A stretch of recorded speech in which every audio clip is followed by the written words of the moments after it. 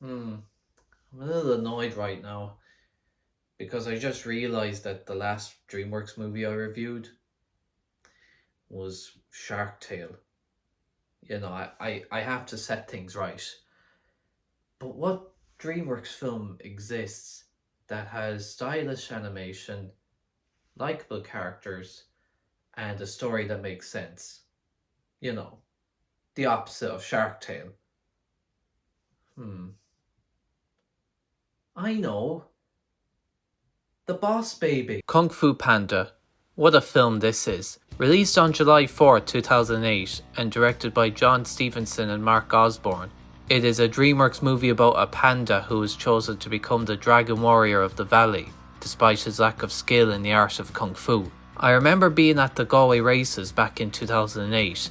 Out of nowhere, a guy in a long coat was being chased by security. A DVD fell out of his coat and landed in front of me.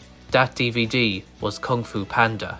Now, I obviously wasn't old enough to bet at the time, but that moment made me feel like I won the lottery. Keep in mind, the film was only in cinemas for around a month at that point, and the official DVD release wouldn't happen for at least another few months. So if you can't tell, the copy that ended up at my feet was illegal. Just lock me up already, please. I deserve it for not being a law-abiding citizen and not confiscating that DVD. Now, on the surface, this might be a generic DreamWorks movie that features a character doing funny things, making funny faces, and farting.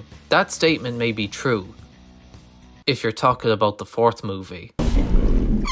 But here, there are a lot more layers to this black and white creature and the world he inhabits. For the longest time, I've only ever seen the first movie. I got around to watching the rest of the quadrilogy for the first time recently, and I've been really motivated to make a video on the series for a while now. I might do a video on the last three movies in the future, but for now, let's have a look at the first movie. Po is an ordinary panda who lives and works in a noodle shop run by his goose father, Mr. Ping. Jack Black as Po is just so iconic, and I can't imagine anyone else in the role. Po finds his life a bit boring and stale, unlike Mr. Ping's cooking. Can I just say, Mr. Ping is such a kind soul. Just look at his big smile. How can anyone hate this man? Or goose. He doesn't have a single bad bone in his body. And that's because I threw them in the bin after eating them with a side of boiled rice. James Hong is able to pull off a character who just wants to make and serve noodles. A simple life indeed. However, Po wants to become a badass kung fu expert and join the Furious Five, a group of kung fu fighters who serve to protect the valley. The Furious Five preside over the Jade Palace. The members include Tigress, Viper, Monkey, Crane, and Mantis, all trained by the Red Panda himself, Master Shifu. He hears from the valley spiritual leader, Master Oogway, that Tai Lung will escape from prison and attack the valley. Master Oogway is a pretty chill dude, and I adore Randall Duck Kim's performance as this patient, caring, wise, and oftentimes funny turtle. Honestly, I want to see a nice battle between him and Mr. Ping. And by that, I mean see who comes out on top in a battle of niceness. I also love this quote from him. There's a saying, yesterday is history, tomorrow is a mystery, but today is a gift. That is why it is called the present. Anyway, this vision shakes Shifu to his core because Tai Lung was his former apprentice who he treated like a son. Tai Lung wants the Dragon Scroll, a scroll that is said to grant anyone unlimited power. Trust me, Tai Lung, the last time that someone wanted unlimited power and got it, they looked like this. Yeah. So you're better off not having it. Despite training hard and being praised by Shifu for years from a very young age, Tai Lung felt he was ready to receive the scroll, but Oogway was like, yeah, sorry bro, you're really evil now, so I can't give you the scroll. This angers Tai Lung so much that he destroys the valley and attempts to steal the scroll for himself. Shifu couldn't bring himself to stop him, and had it not been for Oogway intervening, Tai Lung would have been successful in taking the scroll. He was then sent to prison after that. Paranoid to the extreme, Shifu sends a messenger goose to the prison in order to fortify it some more. Keep in mind that in the prison Tai Lung is kept in, he's the only prisoner in the whole place, and there are 1,000 guards keeping tabs on him, all while being chained by weights and trapped inside a giant turtle shell. It should be impossible to escape. So how did he escape? With a feather that came from the messenger goose. A feather, which he uses to unlock the shell, then use the oncoming spears to break the chains, proceeds to defeat every single guard and escapes without breaking a sweat. This scene shows just how much of a threat he will be to the entire valley, and Ian McShane's performance as Tai Lung is so menacing. Meanwhile, Shifu sets up a competition in order to determine who will be the Dragon Warrior, with Oogway deciding. Po decides to go see, but he couldn't get in. After finding some fireworks and using them to get inside, Po ends up crash landing in the arena, just as Oogway was about to choose. He points his finger at Po, much to the shock of everyone inside, including Po himself. I like how Oogway insisted twice to Shifu throughout the movie that there are no accidents. There are no accidents. There are no accidents. He believes that Po will be the one who brings peace to the valley. Despite all this, Po is determined to prove his worth, and as you would expect, he gets beaten up by the Five and Shifu time and time again, in the hope that he would quit. As someone who has done karate for over 5 years at this point, I completely understand the struggle Po goes through. Well, actually no, I can't, because karate is not the same as kung fu, and it didn't originate in China. Either way, they're both martial arts, but that's not the point. The point is that I have seen people who are way better than me perform moves at such a fast rate, it doesn't even look real. You wonder how you can even come close to this level, yet you continue to practice anyway for the love of it. All of the beatings Po received doesn't deter him, even after receiving some abuse from Tigress. After finding out about Tai Lung's escape, Shifu informs Oogway of the news, gets told to believe in Po, and then dies. By the way, the music playing when Oogway fades away is just so epic because it evokes a sense of both optimism and sadness all at once.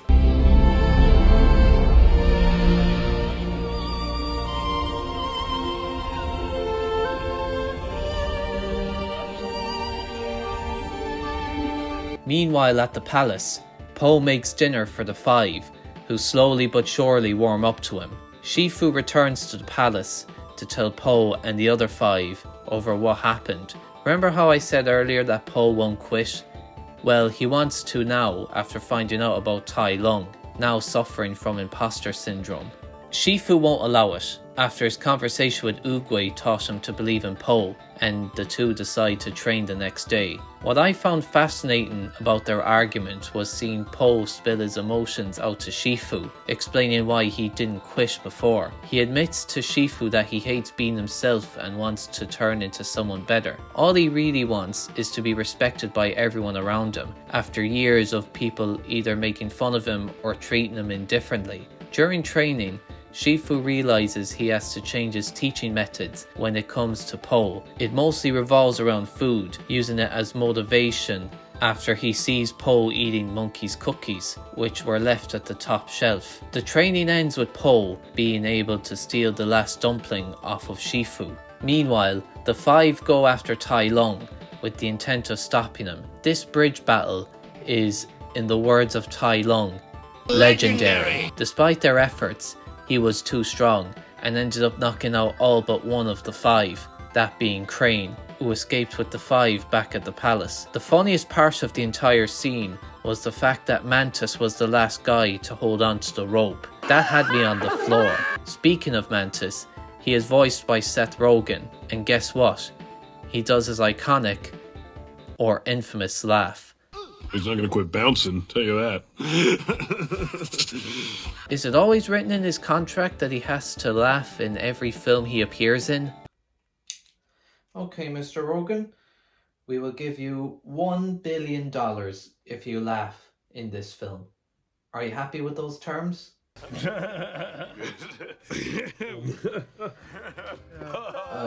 Okay. I'll take that as a yes. Po and Shifu returned from training to find the five in distress. They all gather inside the palace to see Po unlock the Dragon Scroll, only to discover that there is nothing written on it. Everyone was hoping to see Po gain special powers that would aid him in defeating Tai Lung. Shifu's next solution is to evacuate the entire valley, with him staying behind to fight Tai Lung, while the five and Po help the people. Po reunites with his dad. Mr. Ping even tells Po what the secret ingredient for his noodles is, which is Absolutely nothing. the only reason his noodles are as special as they are is simply because he believed they are special. Po takes another look at the scroll, sees a reflection of himself and realizes that he himself is the power of the scroll. I like how he was able to compare those two seemingly different things and combine them to share the same meaning. This gives Po the motivation to defeat Tai Lung. At the palace, Tai Lung confronts Shifu and they fight.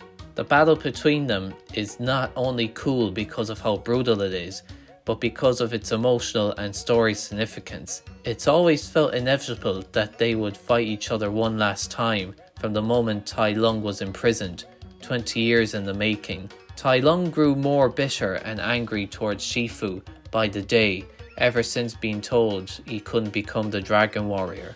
That sense of betrayal from his own master is personified in his battle with Shifu. Just as Tai Lung was about to kill him, Po arrives. They fight, but this time the tone is a complete 180 compared to what we got a few minutes ago. The film is just really funny, and I think this part in particular is really the high point. It also helps that the action in this scene as well is just superb, as I said many times throughout the video.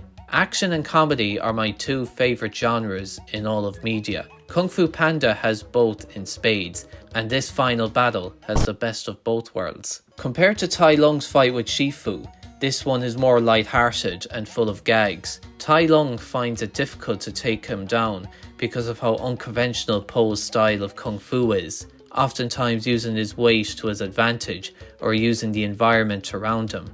I like the part where Po uses a tree branch to hurt Tai Lung, in the same way he hurt himself with a tree branch earlier. Po also lights up a fireworks stall in order to catch up to Tai Lung, another object that he used earlier when trying to get inside the palace.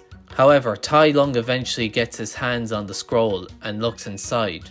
Upon looking at the empty scroll, he becomes even more angry. This realization made him think that all of his training was for nothing, fighting for something that doesn't even exist. He takes out his anger on Po, but he uses that anger to his advantage. He toys with Tai Lung until Po uses the whooshy finger technique on him and kills him. It's another nice callback from earlier when Shifu threatens to use the same technique on Po. Everyone returns to the valley and they now see Po as a hero and gains the respect of the five. Po and Shifu hang out and the movie ends.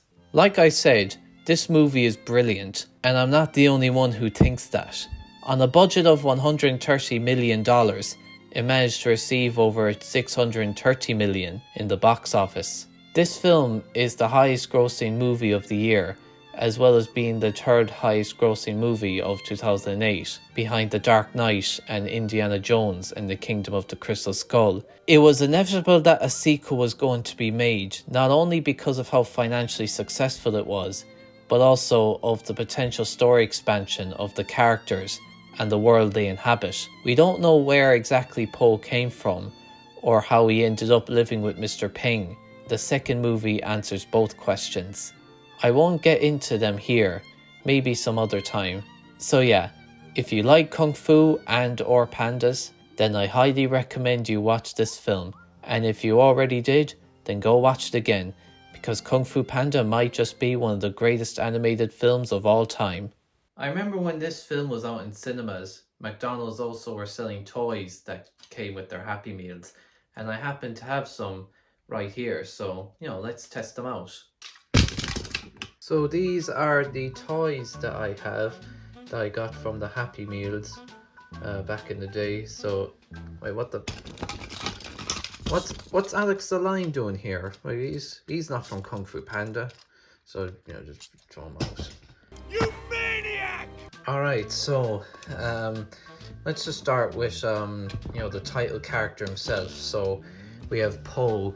I don't know what he's supposed to do. What happens if is he turned on the whole time, or no? God no! I hope he wasn't turned on. Oh yeah, there's a button here. What happens if I press it? Okay, so like I know he was supposed to speak. You see, there's speakers kind of around here. Yeah, unfortunately the battery died, so I'll probably have to not bother doing anything. So yeah, bye Po. Alright, so now we have Shifu. He's a wind-up, so let me see, just turn him around. Or am I doing it the right way? Oh no, I gotta twist it like that. Let's see. Oh, oh yeah, he's supposed to walk like that, but for some reason he just doesn't walk on leather. So yeah, get out. Alright, so we have Tai Lung, who looks like he's about to take the knee. Or if he had twisted his arm or twisted his hand the other way around, then you know, he look like he's supporting some group. I think you know what that group that is. What is he supposed to be doing? Oh, would you look at that one that actually works? He kicks. I mean, it's a very shit kick, but you know, kick. At least it works. Yeah, let's go for that. Alright, so we have Mantis, and I don't know, he probably doesn't have much for doing. Oh wait, there's a button here, so you push them both down. Oh yeah, see, this is the most effective toy because it doesn't rely on batteries to work. So yeah, yeah, it's cool, I guess. I mean, I don't know how to end the video, so I'll just put in a Wilhelm scream from the movie. So yeah, I'll see you later.